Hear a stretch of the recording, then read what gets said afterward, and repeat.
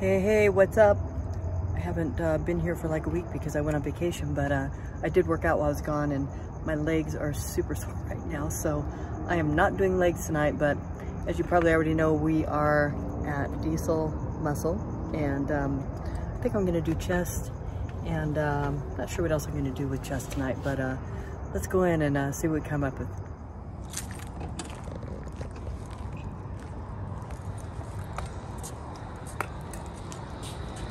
Thank you, appreciate it.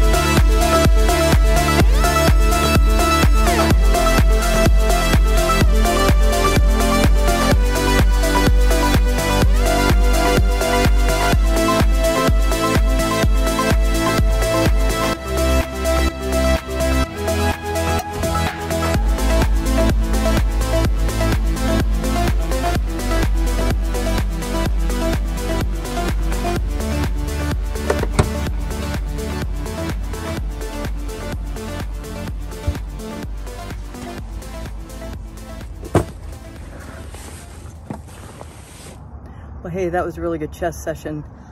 Some days I come in here and I feel like I'm getting through my workout, and some days I come in here and I feel like I'm really on.